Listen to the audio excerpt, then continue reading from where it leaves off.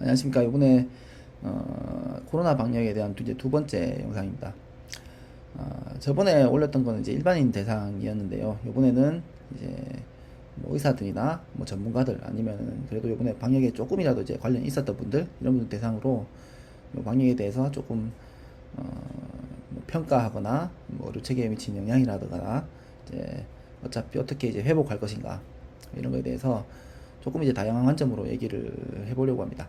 그러니까 지금 이제 나오고 있는 얘기들이 워낙 이제 한 가지 관점만 얘기를 하고 있죠. 물론 이 참 상황이 희한한데 제가 지금 하는 얘기들이 저는 뭐 특수하거나 뭐 좀 극단적인 얘기라고 생각하지 않습니다. 전혀.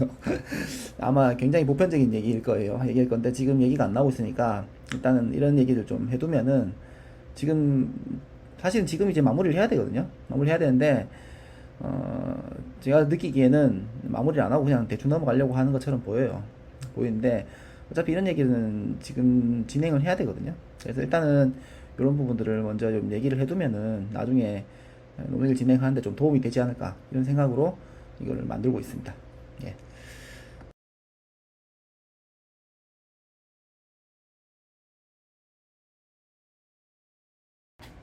네, 코로나 과정에 대한 평가입니다.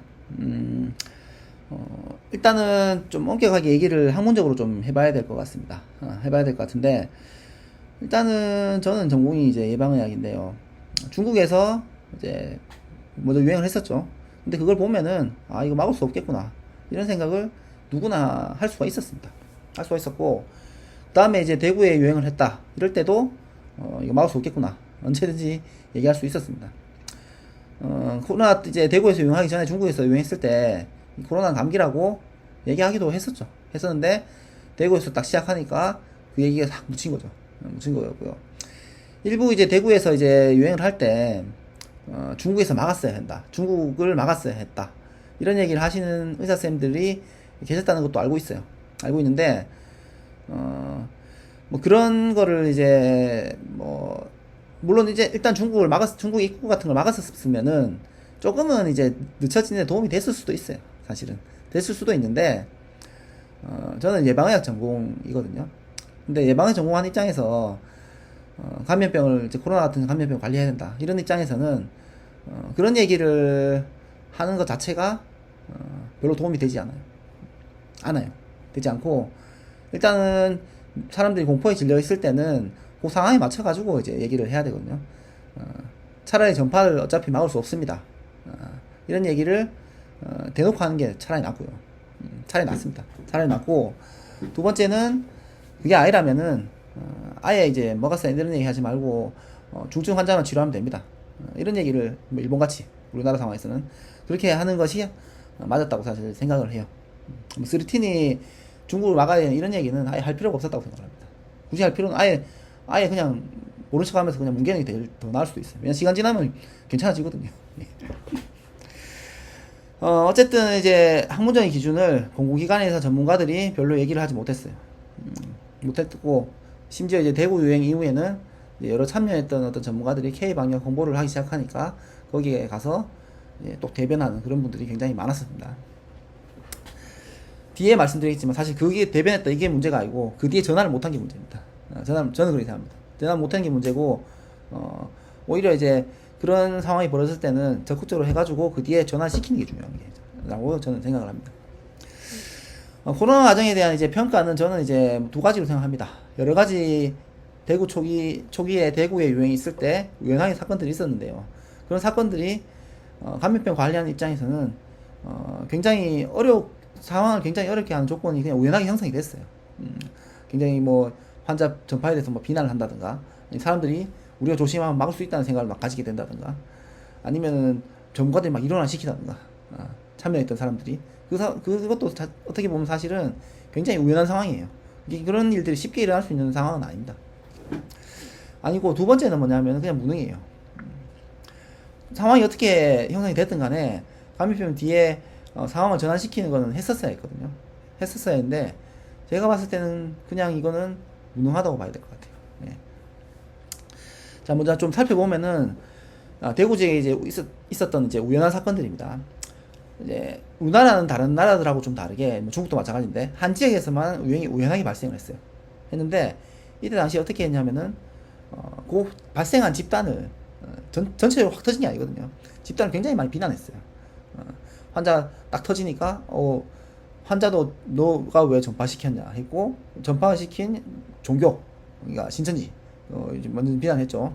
뭐 사이비 종교 같이 비난했고 두 번째는 뭐냐면은 뭐 사이비 종교인지 전 잘 판단 못하겠습니다만 비난했고 또 하나는 환자가 발생한 병원들 환자는 이제 뭐 환자들이 이제 병원에 가니까 병원에 가 치료받다 보면은 조금 감염 관리가 좀 덜 되면은 전파될 수 있겠죠. 그리고 또 우리나라에서 이제 병원에 갈 때 반드시 마스크를 쓰고 병원에 가는 거는 사실 아니거든요.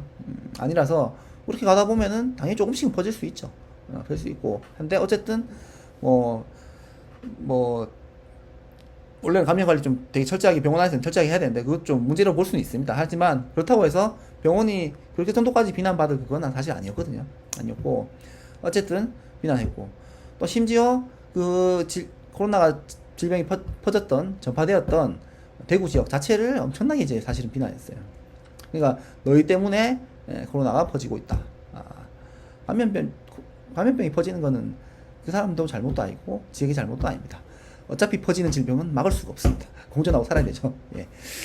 어쨌든 이렇게 엄청나게 비난을 했고요. 근데 이런 상황도 사실은 좀 우연이에요. 뭐냐면은 전 세계에서 전체적으로 한 번에 터졌잖아요. 우리나라도 한 지역에서 안 퍼지고 한 번에 전파됐다.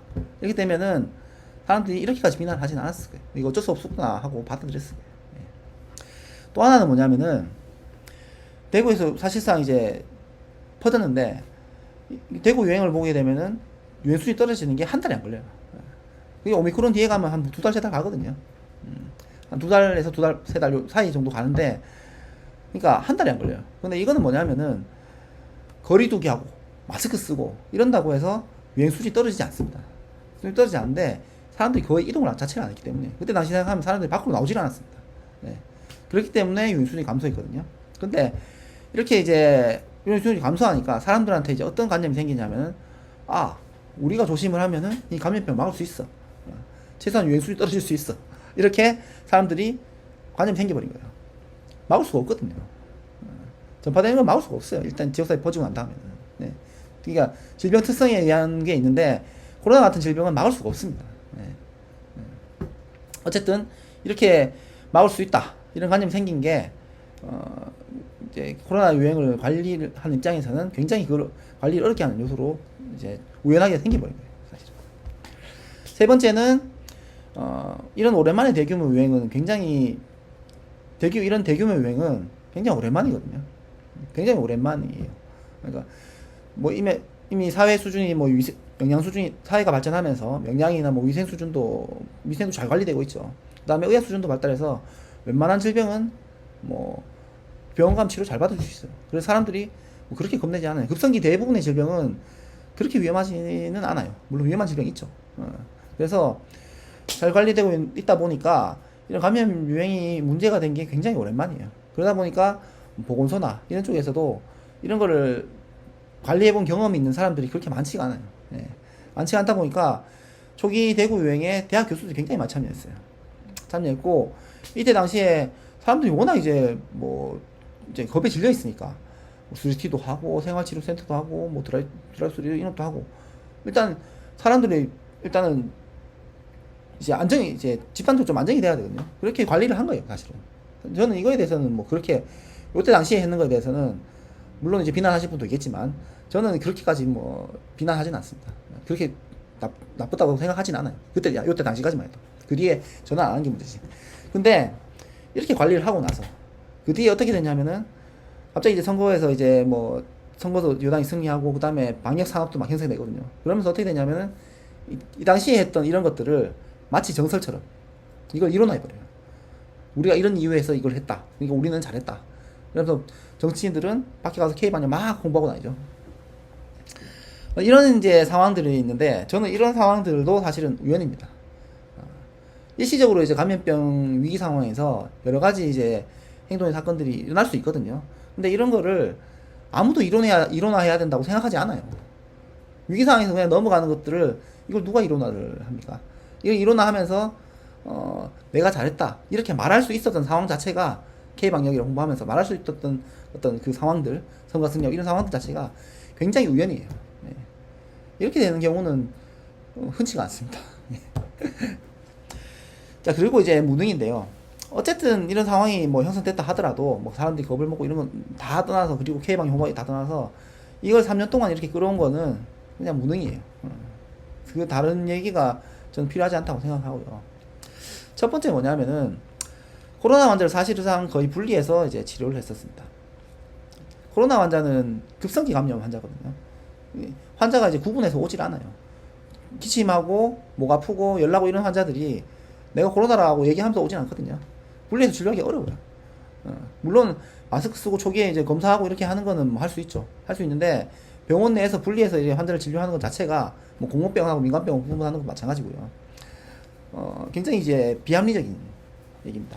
그리고 또 하나는 그런 급성기 환자를 진료를 하지 않는 거에 대해서 사실은 어느 정도는 모든 병원들이 다 보도록, 강제로 보도록 해야 돼요. 보도록 해야 되는데, 그러니까 강제로 보도록 하고, 뭐, 방역 장비라든가 방역 시설이나 이런 갖추는 거에 대해서는 뭐 금전적으로 지원할 수 있죠. 하지만 이거를 질병을 뭐 나는 우리 병원 그 경영에 문제가 되기 때문에 내가 코로나 환자를 볼 수 없어, 우리 병원 오지 마, 이렇게 하는 거는 의료법 위반이에요. 의료법 위반인데 이거를 이 당시에 강력하게 처벌을 하지 않았어요. 전체적으로 처벌을 하면서 지원도 같이 했어야 되거든요. 근데 이런 거를 워낙 오랜만에 터지고 민간병원 통제하는 기준이 우리나라는 거의 없거든요. 그러다 보니까 아무도 얘기를 안 하고 넘어갔던 거예요.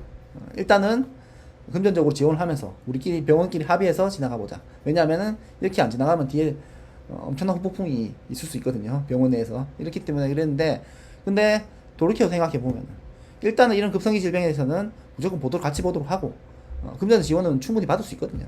예, 보도록 하고 그 뒤에 어떤 걸 하도록 하는 게 맞았는데, 이런 걸 좀 하는 노력이 문제가 됐었고, 그 뒤에 이제 코로나 병상을 별도로 분리하게 되면서 전문가들이 K방역을 일원화하는 거와 더불어서 마치 이제 병상이 분리돼 있고, 우리가 K방역 어떤 그 방법들을 통해서 뭐 유행 수준을 예측하고 거리두기 정책을 시행하고 이런 거에서 우리가 마치 자기들이 마치 병상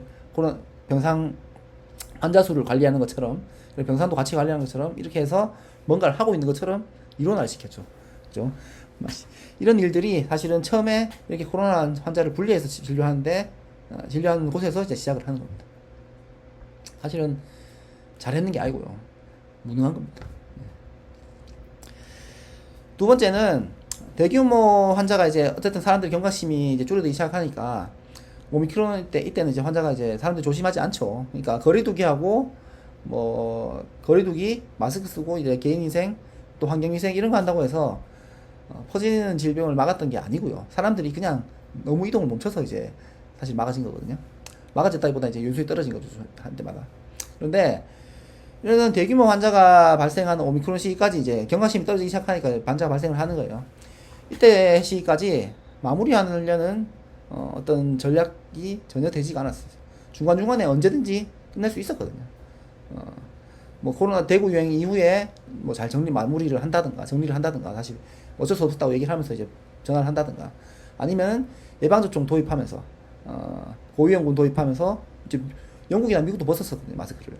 그때 벗는다든가, 아니면 예방접종 완료한 다음에 벗는다, 이런 게 마무리하려는 생각을 당연히 했었어야 했거든요. 했었는데 이런 거를 전혀 하지 않았어요. 이제 K방역을 많이 홍보해 주니까 거기에 맞춰가지고 이제 막 똑같이 얘기를 하는데 마무리하려는 생각은 전혀 없었던 거예요. 오미크론 때 가서, 오미크론 때 이제 도저히 이제 전파가 어쩔 수 없다는 게 이제 나오고 있거든요. 나오고 있으니까 그때 돼서 우리 이제 전파가 좀 힘들다, 혹은 독감의 한 두세 배 정도의 위험성이 떨어졌다, 이런 얘기를 하면서 이제 마무리를 했던 거예요. 그리고 이때 당시에 어떻게 했냐면은 일반 병상에서 코로나 환자 같이 볼 수 있도록 이제 우리나라 이제 대표적인 대학 병원들에서 시범적으로 보면서 병상 이제 코로나 병상 분리해서 치료했던 거를 이제 풀어버렸죠. 사실 이때 이거 뭐 했던 건 잘했던 건데, 과연 이거를 이때 당시에 했던 거를 지금 와서 봤을 때 이걸 잘했다고 봐야 되느냐. 이때까지 끌었던 게 문제였죠. 예. 그리고 또 하나는 이제 마지막에는 결국 또 저는 오미크론 이후에는 당연히 끝날 줄 알았거든요. 왜냐하면 제일 문제가 사람들이 겁먹고 있던 거였는데 사람들이 겁을 안 먹고 있잖아요. 이제 끝나고 나서 대부분 감기는 이러고 있었거든요. 근데 오미크론 이후에 1년 더 연장하겠다고 발표를 해요. 도무지 이해를 할 수가 없는데 어쨌든 이분들은 뭐 이걸 된다고 생각했는지는 저는 잘 모르겠는데 어쨌든 이런 상황을 전체를 봤을 때는 저는 코로나 과정에 대해서는 그냥 무능하고 아니 우연한 상황에서 여러 가지 상황이 만들어졌고 그거를 관리할 만한 능력이 그냥 없었다는 거예요. 무능하고 무능하고 겉으로 보면은 되게 똑똑한 거에 자기들 생각해서 관리했던 것 같지만 그냥 무능한 거예요. 또 하나는 뭐냐면은 감염병 관리에 대해서 감염 유행이 어떻게 진행된가에 대해서 전혀 몰랐던 겁니다. 네. 그렇게 생각을 하고 있습니다.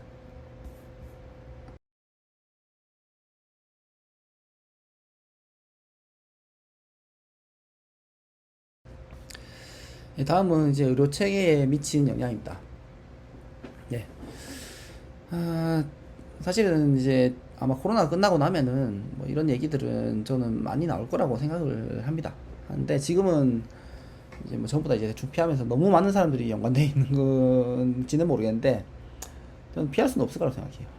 근데 내가 뭐 간단하게만 좀 얘기를 해보려고 합니다. 이런 얘기들은 아마 지금은 얘기하시지 않지만 방역에 참여했었던 분들이 조금 시간이 지나면 많은 얘기를 이거보다 훨씬 더 많은 얘기들을 해주실 수 있을 거라고 저는 생각을 해요.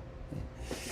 첫 번째는 일반적으로 이제 우리가 위기 상황, 뭐 감염병이 아니더라도 보건 위기 상황에 여러 가지 뭐 재난이 또 있을 수 있고요. 하게 되면은 여러 가지 이제 위기 상황에서 뭐 그 전에는 하지 못했던 어떤 일들을 좀 하면서 그 전에 이제 기존에 있었던 문제들도 조금 돌아보는 계기가 되기도 하고요. 그리고 좀 변화의 계기가 발전할 수 있는 좀 계기가 되는 것도 사실이거든요. 근데 우리나라는 전혀 그렇게 하지를 않았었어요. 그러니까 뭐냐면은 일단 코로나 병상을 운영하는 데 있어서 일단 이걸 재정 지원으로 해결을 하려고 해요. 환자들이 이제 병원에서 이제 코로나 환자를 보는 것을 이제 거부를 하니까 싫어하니까 이걸 재정 지원으로 이제 돈으로 해결을 하려고 해요.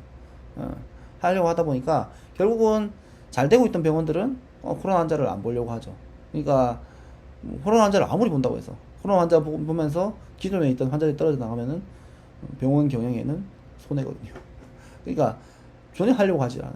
그러다 보니까 강제로 어쩔 수 없이 볼 수밖에 없는 공공병원들. 그리고 일부 이제 조금 좀 병원 운영에 이제 이게 반드시 나쁜 건 아닌데 병원 운영에 여유가 있었던 병원들에서 이제 코로나 환자를 좀 보는 경우가 있었죠. 어쨌든 결과적으로 어떻게 되냐면은 기존에도 취약했던 공공병원들이 코로나 환자를 전담해서 치료하니까 이게 막 짧게 해서 지나갔었으면 괜찮아요. 너무 오래 그랬거든요. 거의 3년간을. 근데 코로나 환자를 전담해서 치료하니까 환자나 의료진이 이제 이탈을 해요. 환자들이 코로나 환자가 있는 병원에는 좀 덜 가죠. 그리고 코로나 환자 계속 진료하면서 자기 환자를 전공의 환자를 못 보게 되니까 의료진도 지쳐서 딴 병원 가버려요. 이렇게 되니까 기존에 그전에도 취약했던 공공병원들이 더욱 취약해졌어요. 지금 전에 뭐 기사로 나오기로는 공공병원의 병상 가동률이 거의 40%, 한 30% 떨어졌다고 얘기 들었거든요. 그렇고 회복하는데 한 3, 4년 걸릴 거라고 예상하고 있더라고요. 그러니까 기존에도 취약했던 병원들이 더 취약해졌어요. 그러니까 잘 되고 있던 병원들도 당연히 기본적으로 환자를 봤었어야 했거든요. 근데 그렇게 하지를 못했었어요. 돈으로 해결했기 때문에.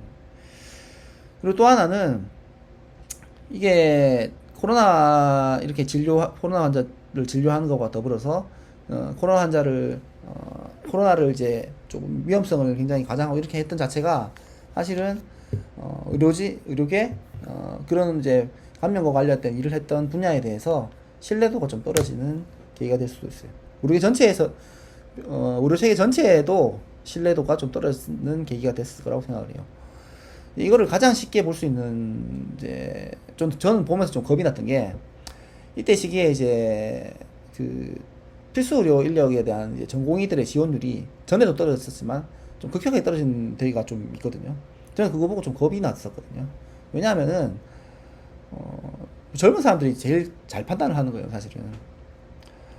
젊은 사람들이 전공의들이 이제 인턴 끝나고 레전트 과를 이제 선택하면 지원을 할 때 뭐 돈을 보고 지원을 하는 건 사실 아니에요. 의사는 면허증이기 때문에 뭐 어디 가서나 먹고 살만 하는 거 다 알아요. 다 알고 대부분 자기 하고 싶은 거를 해요. 하고 이제 물론 이제 환자 보고 이런 거 힘들어서 다른 걸 선택하는 사람도 있긴 하지만 그렇다고 해서 그 선택에 선택의 이유가 돈이 전부는 아니거든요. 그래서 대부분 필수 진료하는 일부 과들은 뭐 외과, 특히 일부 이제 뭐 흉부외과나 아니 외과나 뭐 산부인과 이런 굉장히 이제 위험성이 좀 높고 진짜 힘들고 평생 동안 힘들 게 예상되는 이런 과 일부 몇 개 과를 제외하고는 뭐 내과, 소아과 뭐 이제 이런 조금 힘들더라도 필수적인 과 같은 경우는 지원율이 그렇게 미달되는 경우가 많지는 않습니다. 네. 많지는 않은데 이번에는 일부 과에서 상당히 지원율이 많이 떨어졌거든요. 그래서 저는 이런 걸 보면은 뭐 어떻게 생각해 뭐 다양하게 볼 수 있겠습니다만은 일단은 코로나 과정 속에서 어떤 신뢰도가 좀 많이 떨어진 게 아닌가. 그래서 좀 이탈을 하는데 결정적인 요인이 되지 않았을까. 저는 이렇게 생각을 좀 하거든요. 그래서 이 코로나 이후에 조금 회복을 해야 되는 뭐 보통 위기 상황이 있으면 이런 부분이 좀 오히려 좀 도움이 되는 경우가 많은데 이번에는 기존 구조 그대로 그냥 가져가면서 이거 진행하려고 했고 또 하나는 너무 오래 갔죠. 너무 오래 가고 그 속에서 이제 문제점만 계속 드러나고 있죠. 그래서 이런 부분들이 기존에 취약했던 부분을 더 약화시키는 지금까지는 계기가 되고 있다. 이렇게 생각을 하고 있습니다. 두 번째는 뭐냐면은 국가에서 이제 국가기관에서 특히 질병청에서 보건학적 기준을 지키지 못했죠. 그리고 그 이후에 초기에 좀 그렇다고 해서 뒤에 이제 전환했으면 됐었거든요. 근데 이걸 바로 잡지도 못하면서 보건 시스템이 전반적으로 좀 많이 무너져 있다고 저는 생각을 해요. 일단은 코로나 이제 전략을 이제 뭐 봉쇄 전략에서 완화 전략으로 전환시키지 못한 것도 문제긴 한데요.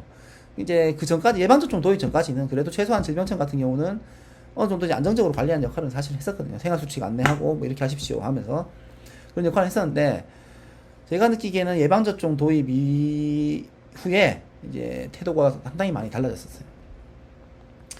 예방접종 도입을 할 때 질병청을 비난하는 목소리가 처음으로 생겼었거든요. 왜냐하면은 미국하고 영국에서 예방접종 개발하고 이제 예방접종 고위험군 이제 접종한 이후에 이제 마스크도 벗고 막 이렇게 했었거든요. 했었는데 우리나라 같은 경우는 새로 개발된 예방접종 같은 경우는 이거 위험성이 있거든요. 그리고 이 코로나 새로 개발된 예방접종이 기존의 예전과하고 다르기 때문에 위험성이 근거가 사실 부족했었어요. 그래서 저는 단체 접종은 당연히 안 된다고 저도 생각을 했었거든요. 했었는데 그때 당시에 질병청 같은 경우는 처음에 반대해서 그래서 다른 데서 접종하는 걸 좀 보고 신중하게 접종을 하려고 했었어요. 사실 그거는 당연한 거거든요. 네, 당연한 건데 어쨌든 이때 논쟁이 이제 정치적 논쟁이 붙죠. 질병청이 좀 너무 무능하다, 이제 너무 안이하다, 뭐 이런 식으로 막 비난해요 야당에서. 어쨌든 비난하는데 어쨌든 그 이후에 어떻게 되냐면은 딱 도입을 하고 나서는 질병청이 어떻게 하면은 접종률을 올리기 위해서 혈안이 됩니다. 네. 그러면서 그 이후에 조금씩 뭐 공포를 조장, 뭐 혼란을 일으키는 말들을 하기 시작해요. 그냥 외부 전문가들하고 비슷하게. 그래서 이때부터 보건 시스템이 확 무너지기 시작합니다. 네. 그러니까 이게 참 보면은 이때가 사실 저는 굉장히 좀 위기라고 느꼈었거든요. 저는 당연히 예방접종 도입을 하고 뭐 접종을 하면은 접종이 좀 올라가면은 전환을 할 줄 알았어요. 네. 왜냐면 저는 이때 방역정책에서 방역 관련된 일은 전혀 하지 않고 있었고 그 전에 코로나 이전에 하시던 일을 하시던 분들을 좀 알고 있었기 때문에 당연히 전환을 하려고 할 줄 알았어요. 왜냐면 안 하면 안 되거든요. 방법이 없어요. 예방접종 이후에도 전환 안 하면은 이거 뭐 방법이 없거든요. 근데 예방접종 이후에 오히려 보건시스템이 무너져버렸어요. 네. 하여튼 그렇게 이런 경과에서 이런 게 있었고요.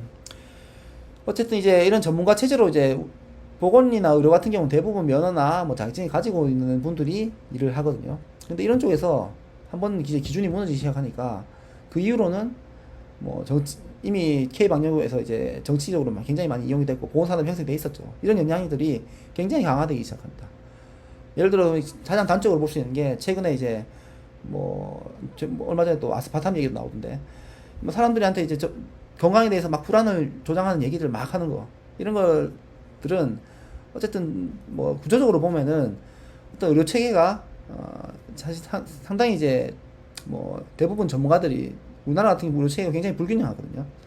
시장에서 전문가 중심으로 발달돼 있거든요. 그러다 보니까 시간이 지날수록 이제 일반 인구 집단이나 아니면 이제 환자들의 관점에서 어떤 필요로 하는 어떤 서비스들을 하고는 좀 괴리가 돼 있어요. 결여되어 있는데, 그러다 보니까 뭐 언론이나 이런 쪽에서도 뭐 건강에 대해서 막 뭐 뉴스 그리고 방송 프로그램 뭐 이런 것들 보면은 좀 내용이 좀 부실하기도 하지만 비합리적인 것들이 굉장히 많습니다, 사실. 많은데 이런 것들을 이제 우리가 좀 통제하는 기전 중에 하나가 질병청이나 보건기관에서 여러 가지 이제 어떤 서비스를 제공하고 있는 거, 뭐 어떤 활동들을 하는 거, 이런 것들이 통제 기전이거든요. 근데 이런 게 요 코로나 시기에 이제 무너져 버리니까 이게 이제 전반적으로 이제 의료체계 전체에서 이런 경향들이 강화가 되는 거예요. 그래서 이제 이거를 빨리 이제 회복시키지 못하면은 시간이 지날수록 이런 현상들이 점점 강화되지 않을까. 물론 지금 봐서는 코로나 때 아직 지금 이게 코로나가 잘못됐다고 말을 하지는 않고 있지만, 지금은 이제 코로나 시기에 어떤 문제들을 말을 하지 않고, 공개적으로 말을 하지 않지만, 다들 아시는 것 같긴 해요. 아시는 것 같긴 한데, 일단은 그래도 이런 거를, 주로 이제 관리하는 거는 보건기관이거든요. 그래서 빨리 이런 보건 시스템을 바로잡는 게 이제 중요하다, 이렇게 생각은 하고 있습니다.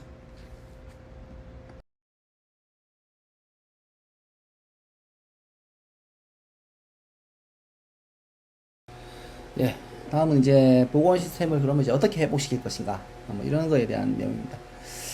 뭐 어떻게 라기보다는 뭐 해야 된다는 거죠. 예. 자, 보건 시스템 이제 회복하는 방법은 결국은 코로나 시기를 반성하고 이제 어떤 데 있었던가 이런 거를 잘 살펴보고 얘기하는 것 외에는 저는 방법은 없다고 생각을 합니다. 앞서 말씀드렸지만 보건이나 의료 쪽의 권위가 이제 무너지니까 이제 건강에 대한 어떤 불안을 조성한 행위에 대해서는 통제 기준이 지금 좀 무너졌어요. 그러니까 정확하게는 공공기관의 권위가 좀 떨어지니까 뭔 말을 해도 사람들이 뭐 믿질 않아요. 믿지도 않고 뭐 각자 이제 찾아보는 거죠. 코로나 때 3년 동안 그런 얘기를 했으니까 이제 지금 신뢰가 별로 없는 것 같아요. 그래서 뭐 지금 아스파탐 얘기도 나오고 뭐 혹시 뭐 오염수 얘기도 나오는데, 공공기관의 얘기가 그렇게 신뢰성 있게 받아들여지지가 않아요. 그리고 그걸 또 아니까 뭐 어떤 정치적인 논리나 아니면은 경제적인 논리를 계속 얘기를 해요. 그러니까 뭐 과학적인 얘기로 논쟁이 붙는 게 아니고 그냥 주장이 막 나오는 거예요. 근데 공공기관에서 이런 얘기를 하면은 이제 신뢰가 좀 있어야 되거든요. 근데 신뢰가 없으니까 이게 잘 지나가지지가 않아요. 예. 그리고 그래서 이제 이런 거를 지금 회복을 하려면 저는 코로나 시기를 반성하는 게 효과가 있을 거라고 생각을 하는데, 빨리 하면 이제 빠를수록 좋다고 생각을 해요. 이미 시기도 너무 늦었고, 또 하나 뭐냐면, 근데 이걸 제대로 안 하면은 별 효과가 없을 거라고 저는 생각해요. 지금 얘기가 나오는 뭐 워낙 이제 코로나 때 코로나 방역이 효과가 있었다, 혹은 우리 잘했다 이러고 있는 분들이 많고, 또 하나는 계속 이제 보건 관련 이슈들이 여기저기 쓰이고 있거든요. 그렇기 때문에 제대로 안 하면은 별 의미는 없을 거라고 생각해요. 반드시 제대로 반성을 해야만 의미가 있을 거라고 저는 생각을 하고 있고요. 근데 이제 지금 이제 아스파탐 이론이 나오는데, 과연 이렇게 이제 불안을 조성하는 건강에 대해서 이런 행위들이 사회에 지금 뭐 크게 영향이 있느냐? 지금 뭐 그게 크게 영향은 없다고 저는 생각을 해요. 뭐 아스파탐 얘기도 나오지만 옆에 보면 아스파탐 투비로 뭐 암에서 암 발생 이제 암 위험 물질 분류가 있거든요. 투비로 돼 있던데 옆에 투에 보면은 고기하고 튀김도 있거든요. 그래서 사람들이 뭐 바보다 그거 보고 믿을 거라고 생각하진 않고요. 그리고 코로나 때 이런 일을 너무 많이 겪어가지고 크게 뭐 효과가 없을 거라고 생각을 하는데요. 근데 이렇게 이제 계속 이제 과학적 사실하고 어긋나는 방식으로 어, 보건 관련 지식들이 뭐 건강 관련 지식들이 이용이 되면은 이게 어떻게 되냐면은 결국은 관련된 분야만 계속 망가지는 거예요. 계속 정치적인 영향이나 경제적인 논리에 사실들이, 그러니까 과학적 사실이 무시되는 방식으로 이게 이용이 되는 거거든요. 그렇기 때문에 관련 분야는 계속 망가지는 거예요. 그렇기 때문에 제대로 반성하고 지나가야 되고요. 근데 이제 이게 반성이 되지 않으면 어떻게 되느냐? 아마 다음 신종 감염병이 터지게 되면은 정리가 될 거예요. 다음 신종 감염병이 터졌을 때 코로나 때와 유사하게 진행이 될 거냐면은 절대로 그렇게 진행되지 않아요. 사회라는 게 그렇게 진행되지 않아요. 뭐냐면은 코로나 이제 급성기 감염병 같은 경우는 후쿠시마 오염수나 뭐 아스파탐 이런 눈에 잘 안 보이는 어떤 건강 위험하고 좀 달라요. 이거는 급성기 감염병은 결과가 금방 드러나거든요. 한 2, 3일 겪으면 다 알게 되는 결과잖아요. 그리고 또 함께 겪어요. 그렇기 때문에 이런 거는 위험성이 오래 가지 않아요. 보통은 일반적으로는 감염병 유행이 터지게 되면 이런 부분들이 오히려 정리가 돼요.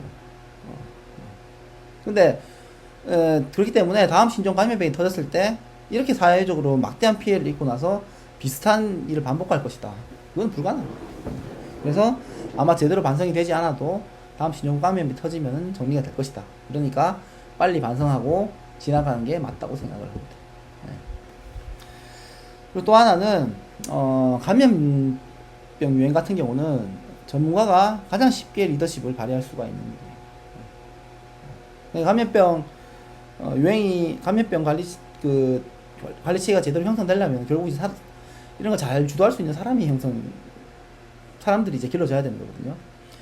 근데 이제 의사결정자들이 감염병 유행을 관리를 할 때 의사결정자들이 이제 위에 있는 어른들이 어떻게 하냐면은 사람들이 막 이제 공포심을 많이 가지고 있잖아요. 집단별로, 소집단별로 가지고 있으면은 일단 이거를 이제 책임자로서는 내가 이제 이거를 잘 관리해야 되거든요. 근데 좀 딱 봐도 이제 사람들이 겁에 질려 있거든요. 그러면 뭔가를 해야 돼요, 사실은. 해야 돼서 그럼 뭐 역할조사 좀 해봐라. 아니면 또 심하게는 이거 회의라는 수 있는 방법이야. 다음에 안 할 수 있는 방법이 뭐야? 그러면 만만하게 이제 예방접종이거든요. 예방접종으로 효과가 있을 수 있는 질병에 대하여 예방접종이 없는 질병도 많거든요. 그러면 이제 예방접종 좀 많이 해봐. 이럴 수 있거든요. 근데 근거도 없이 그렇게 하면은 만약에 했을 경우에 하게 되면은 오히려 좀 관리가 더 어려워지는 경우가 있어요. 그래서 근거 있게 하면서 이제 그 관리자가 이제 할 수 있어야 되는데, 근데 이제 이 상황을 아무리 위에서 뭐라고 해도 감염관리 담당자나 책임자가 아니면 그 책임 조직이 얼마나 상황을 주도할 수가 있어요. 앞서도 말씀드렸지만 그 혼란이 감염병 유행이라는 거는 감염병 관리하는 뭐 책임자나 조직이 혹은 의사결정자가 이걸 마무리하는 게 아니에요. 시간이 지나면 그냥 자연스럽게 혼란성이 확 생겼다가 갑자기 확 줄어들어요. 네. 그렇기 때문에 얼마나 책임자가 그 단기간에 얘기를 하면서 잘 관리할 수 있어요. 위에 이제 의사결정자들도 한두 번 겪어보면은 이게 별로 성과날 게 없다는 일이란 걸 알아요. 가끔가다 이제 사람이 새로 바뀌고 이렇게 되면은 처음에 이제 좀 시작할 때는 이런 일을 좀 이제 좀 잘 모를 때는 이것도 열심히 해야 된다고 생각을 하는데 나중에 좀 몇 번 겪다 보면은 이렇게 하면 되는구나 하는 걸 알아요. 그래서 어쨌든 이제 얘기하고 싶은 거는 단기간에 끝나기 때문에 감염관리 책임자가 얼마든지 이거를 잘 주도해서 할 수가 있어요. 경험을 통해 충분히 알 수 있는 일이에요. 그래서 그런 얘기를 좀 하고 싶고요. 두 번째는 뭐냐면은 아까 관리했지만 관리체계 운영을 위해서는 일단 감염병 관리에서 갖춰야 할 기본적인 지식은 뭐 그렇게까지 많지는 않아요. 역학초등 교육 과정도 있긴 하지만 그렇게까지 오랜 기간이 필요한 지식이 많이 필요한 일은 아니고요. 근데 이제 일정 부분 이제 경험을 통해서 이런 일을 좀 쉽게 주도할 수 있는 많이 경험을 해보면서 이런 사람들이 양성이 되어야 된다고 생각합니다. 초기에 코로나 처음 터졌을 초기에 대구현 같이 이렇게 갑자기 툭 터지게 되면은 그런 일을 할 수 있는 사람들이 많이 이제 없어진 상황에서는 당연히 어려움을 겪을 수밖에 없다고 저는 생각을 해요. 원칙적으로 막 한다고 이게 뭐 공포심 확 퍼졌을 때 원칙적으로 막 강하게 한다고 해서 잘 관리되지 않거든요.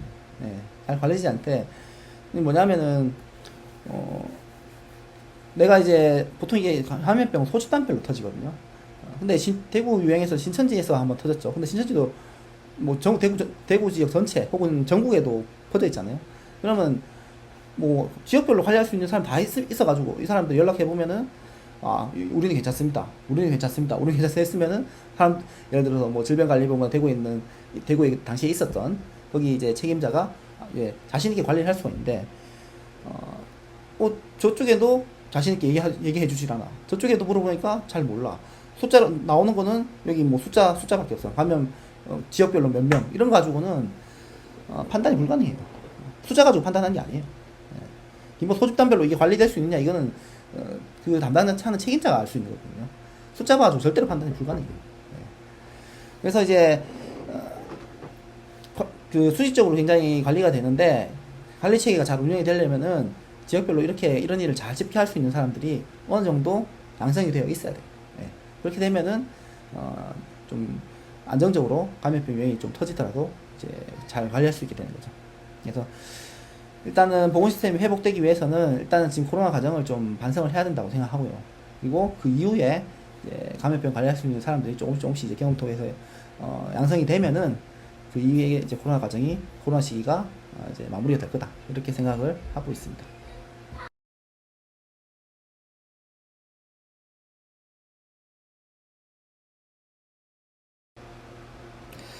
예, 제가 이제는 마무리를 해야 될 때라고 적어놨는데요.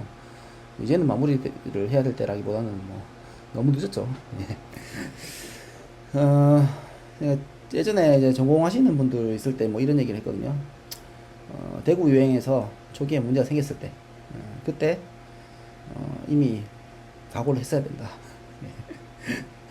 이런 얘기를 했거든요. 그러니까 지금 내가 감기라고 얘기해서 욕을 얻어먹거나 아니면은 그 뒤에 얘기했다가 욕 얻어먹거나 똑같다.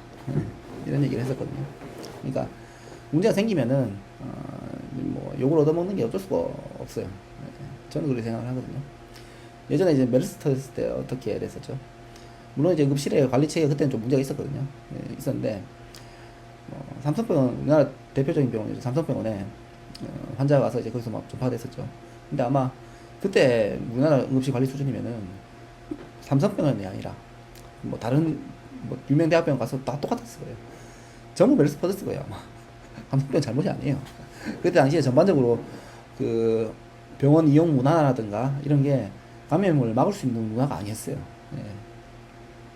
근데 뭐 근데 어떤 감염병이 딱 터지고 난 이후에 그때 관리하는 거는 방법이 그렇게 뭐 다를 게 없거든요.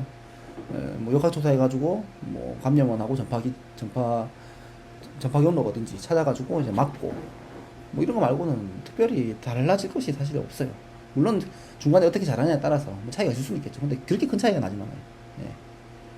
우리가 지금은 모르는 질병이 그렇게 많지 않기 때문에 그렇게 뭐 큰 차이가 나기는 어렵습니다.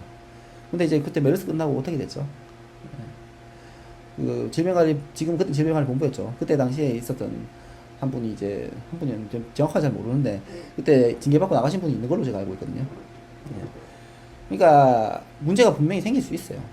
생길 수 있는데 근데 코로나 3년 동안 있었던 거는 이거는 감염 유행 때문에 어떤 불가피하게 유행 관리하는 과정에서 뭐 사실 감염병 유행 관리하는 과정에 드러나는 결과들 있죠. 뭐 감염 환자가 몇 명이었든지 뭐 중증으로 가신 분이 뭐 사망하신 분이 몇 명이었든지 이런 거는 감염 관리하는 조직에서 컨트롤할 수 있는 게 아니고 그냥 갑자기 뻥 터지는 거기 때문에 아닌데 지금 코로나 3년 동안 입은 피해 같은 경우는 감염병 유행 때문에 생기는 게 사실 아니에요.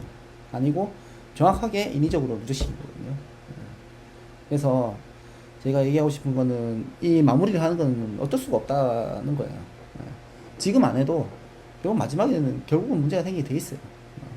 그리고 지금 이 마무리를 못 해가지고 보건기능이라든가 의료라든가 이쪽에 엄청난 지금 문제들이 생기고 있거든요. 그리고 정치권, 그다음에 경제 논리 이런 게 붙어가지고 분야가 지금 굉장히 많은 영향을 받고 있어요. 그래서 저는 그러니까 지금 코로나 이 끝내면서 마무리를 좀 확실하게 저는 해야 된다고 생각을 하는 사람이고, 제가 지금까지 뭐 글도 좀 적었고, 그리고 영상도 몇 개 사실 만들었는데, 이런 것들이, 앞으로 이제 마무리하면서 논의를 하는 데 있어서 좀 많은 도움이 되기를 바랍니다. 그리고 마무리를 좀 확실히 했으면 좋겠습니다. 그래야지, 그 뒤에 문제들이 사라지지 않을까, 이렇게 생각을 하고 있습니다. 예. 이걸로 마치도록 하겠습니다.